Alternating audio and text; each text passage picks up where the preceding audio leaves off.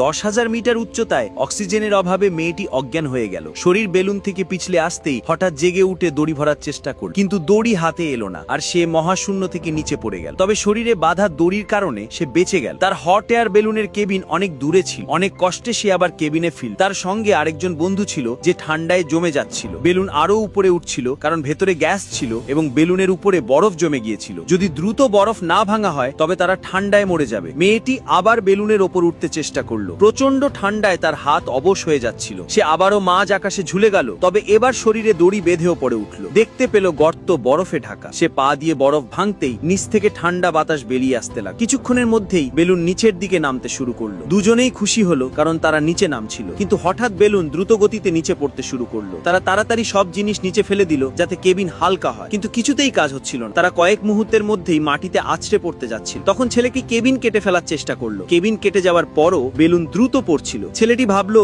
এখন কি করা যায়, কারণ গতি ভয়ানক বেড়ে গিয়েছিল। যদি এভাবে পড়তে থাকে তবে তাদের মৃত্যু নিশ্চিত। সে সঙ্গে সঙ্গে মাঝখানের দড়ি কেটে দিল। ফলে বেলুন হঠাৎ প্যারাশুটে পরিণত হলো।